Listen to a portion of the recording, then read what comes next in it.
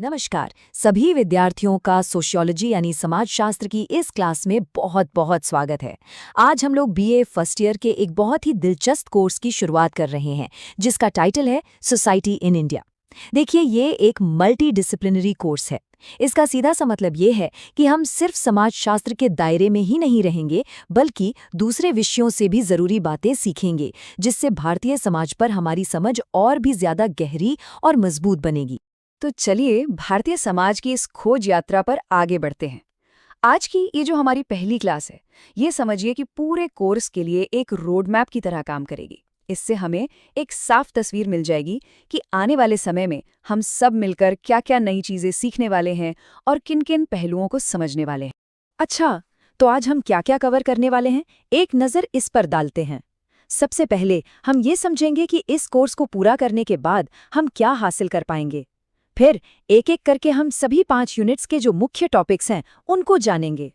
उसके बाद मैं कुछ बहुत ही अच्छी किताबों के बारे में बताऊंगा जो इस पढ़ाई में हमारी मदद करेंगी। और हाँ, सबसे ज़रूरी बात, इस कोर्स को करने के बाद करियर के कौन-कौन से बेहतरीन रास्ते खुलते हैं, इस पर भी हम विस्तार से बात करेंगे। ठीक है, तो सीधे यूनिट्स पर जाने से पहले ये समझना बहुत ज़रूरी है कि इस कोर्स से हमें असल में मिलेगा क्या। मतलब जब ये कोर्स खत्म होगा तो हमारे अंदर कौन सी नई समझ और कौन से नए स्किल्स विकसित हो चुके होंगे। चलिए इसी को जरा और करीब से देखते हैं। देखिए, इस कोर्स के बाद हम सब भारत की जो सांस्कृतिक, सामाजिक और दार्शनिक विरासत है उसके महत्व को और भी गहराई से समझ पाएंगे। साथ ही digital divide, mental health, climate change, ये जो आज के बड़े मुद्दे हैं, इन पर हम एक क्रिटिकल सोच, एक आलोचनात्मक दृष्टिकोण विकसित कर पाएंगे। हम ये भी सीखेंगे कि हमारे परिवार का सपोर्ट सिस्टम कितना जरूरी है और भविष्य के लिए अपने स्किल्स को कैसे प्लान करना है। इसके अलावा हम ये भी जानेंगे कि बिजनेस में सिर्फ मुनाफा ही सब कुछ नहीं होता, सामाजिक जिम्मेदारी भी होती है। और ये भी समझेंगे कि महिलाओं का आपराधिक व्यवहार कई बार बड़े सामाजिक मुद्दों से जुड़ा होता है। और सबसे खास बात, हमारी सोचने समझने की यानी एनालिटिकल और पॉलिसी को परखने की स्किल्स बहुत बेहतर हो जाएंगी। तो आइए शुरू करते हैं हमारी पहली यूनिट से, जिसका टाइटल है इंडियन नॉलेज एंड सोसाइटी। ये यूनिट आप समझिए हमारे पूरे कोर्स की नींव है। ये हमें भारत की जो पारंपरिक ज्ञान व्यवस्था है और समाज की जो बुनियादी अवधारणाएं हैं उनसे हमारा परिचय कराएगी। इस यूनिट के अंदर हम भारतीय ज्ञान परंपरा में जो सामाजिक अवधारणाएं हैं उनको समझेंगे। खास तौर पर हम 2 बहुत ही महत्वपूर्ण विचारों पर ध्यान देंगे। पहला है स्वधर्म, जिसका सरल अर्थ है अपने कर्तव्यों का पालन करना, और दूसरा है वसुधैव कुटुंबकम, जिसका मतलब है कि ये पूरी दुनिया ही एक परिवार है। ये दोनों ही विचार समाज में तालमेल और सद्भाव की नींव रखते हैं। अब वसुधैव कुटुंबकम को थोड़ा और समझते हैं। ये सिर्फ एक वाक्य नहीं है, ये अपने आप में एक पूरी फिलॉसफी है, एक पूरा दर्शन है। ये हमें सिखाता है कि हमें जाति, धर्म और देश की सरहदों से ऊपर उठकर पूरी मानवता को एक परिवार की तरह देखना चाहिए। सही मायनों में ये भारतीय दर्शन की तरफ से पूरी दुनिया को दी गई सबसे बड़ी देनों में से एक है। अच्छा, इन कॉन्सेप्ट्स को और बेहतर तरीके से समझने के लिए एक एक्टिविटी भी है। इसमें हमें स्वधर्म और वसुधैव कुटुंबकम जैसे विषयों पर भारतीय ज्ञान परंपरा के जो ग्रंथ हैं उनके आधार पर एक निबंध लिखना होगा। इससे क्या होगा कि इन विचारों पर हमारी पकड़ और मजबूत हो जाएगी। बहुत अच्छे, चलिए अब आगे बढ़ते हैं हमारी अगली 2 यूनिट्स की तरफ। यूनिट 2 और यूनिट 3, ये दोनों यूनिट्स आपस में काफ़ी जुड़ी हुई हैं। यूनिट 2 में हम भारत की जो अलग अलग पहचानें हैं उनको जानेंगे, और यूनिट 3 में हम ये देखेंगे कि समाज के अंदर स्किल्स यानी कौशल का विकास कैसे होता है। तो यूनिट 2 का टाइटल है डिस्टिंक्टिव इंडिया। यहाँ हम भारत के डेमोग्राफिक प्रोफाइल यानी यहाँ की जनसंख्या, लिंगानुपात, साक्षरता दर, इन सब पर बात करेंगे। हम भारत की सांस्कृतिक, धार्मिक और भाषाई विविधता को भी समझेंगे, और ये चर्चा भी करेंगे कि आज के समय में हम अपनी संस्कृति को कैसे बचाकर रख सकते हैं। और हाँ, इस यूनिट में एक बहुत ही मज़ेदार एक्टिविटी भी है। हम सब मिलकर अपनी ही क्लास का एक डेमोग्राफिक प्रोफाइल तैयार करेंगे। अब आते हैं यूनिट 3 पर, social perspectives on skill development. इसमें हम जानेंगे कि स्किल्स सिखाने में परिवार की क्या भूमिका रही है। हम एंटरप्रेन्योरशिप को एक सामाजिक नज़रिए से देखेंगे। हम ये भी पढ़ेंगे कि हमारे देश के जो स्वदेशी समुदाय हैं उनके पास ज्ञान का कितना अनोखा खजाना है। और ये भी देखेंगे कि ग्लोबलाइजेशन की वजह से अब नई तरह की स्किल्स की मांग कैसे बढ़ रही है। इस यूनिट की एक्टिविटी भी बहुत दिलचस्प है। हमें एक स्किल मैप बनाना है जिसमें हम बीच में खुद को रखेंगे और चारों तरफ वो सारी स्किल्स लिखेंगे जो हमने अपने परिवार से सीखी हैं। बहुत बढ़िया। अब हम अपने कोर्स के आखिरी हिस्से में पहुंच गए हैं, यूनिट 4 और 5। ये दोनों यूनिट्स आधुनिक भारतीय समाज में जो बदलाव आ रहे हैं और जो नई चुनौतियां सामने आ रही हैं, उन पर फोकस करती हैं। यहाँ हम उन मुद्दों पर बात करेंगे जो आज सीधे तौर पर हम सभी को प्रभावित कर रहे हैं।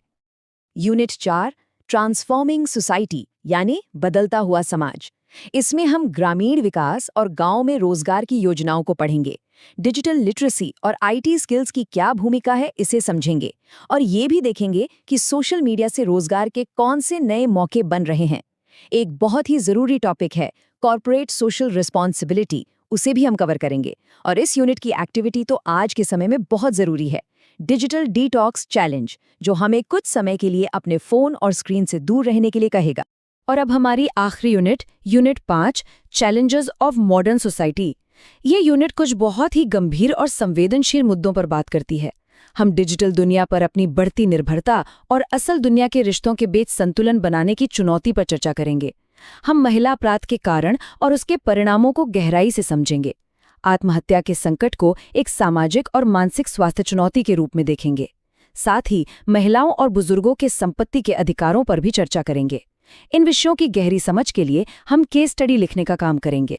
तो ये था हमारे पूरे सिलेबस का एक खाका।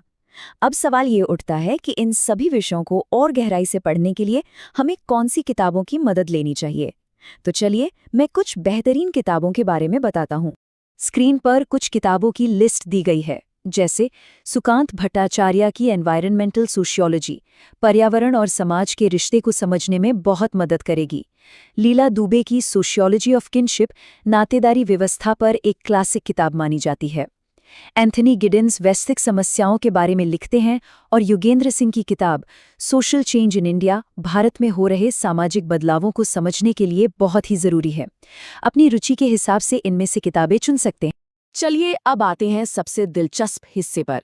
अक्सर मन में ये सवाल आता है कि भाई इस विषय को पढ़ने के बाद हम करेंगे क्या, नौकरियां कहाँ मिलेंगी। तो अब हम इसी पर बात करेंगे कि समाजशास्त्र से मिला ये ज्ञान असल दुनिया में हमारे लिए करियर के कौन-कौन से दरवाजे खोलता है। ये समझना बहुत ज़रूरी है कि ये कोर्स पूरा करने के बाद सरकारी और प्राइवेट दोनों ही क्षेत्रों में मौक़ों की एक पूरी दुनिया खुल जाती है। देखिए, समाजशास्त्र सिर्फ एक किताबी विषय नहीं है। ये हमें समाज को देखने का एक ऐसा नज़रिया देता है, एक ऐसा स्किल देता है जिसकी आज हर फील्ड में बहुत ज़्यादा मांग है। अगर सरकारी क्षेत्र की बात करें तो सिविल सर्विसेज जैसे आईएएस और आईपीएस के लिए समाजशास्त्र एक बहुत ही लोकप्रिय विषय रहा है।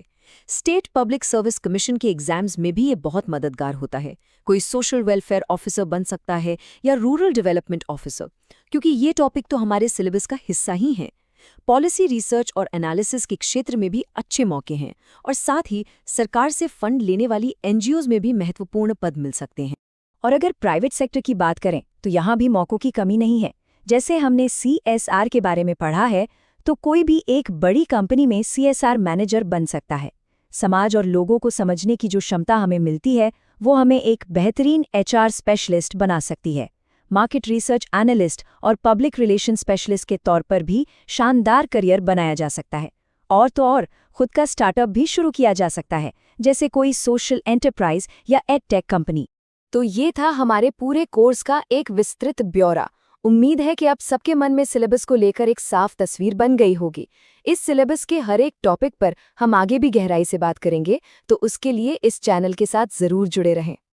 अब जब इस ज्ञान की यात्रा का नक्शा हमारे हाथों में है, तो सवाल ये है कि ये यात्रा हमें कहाँ ले जाएगी। इस सवाल पर जरूर सोचिएगा। अगली क्लास में मिलते हैं। धन्यवाद।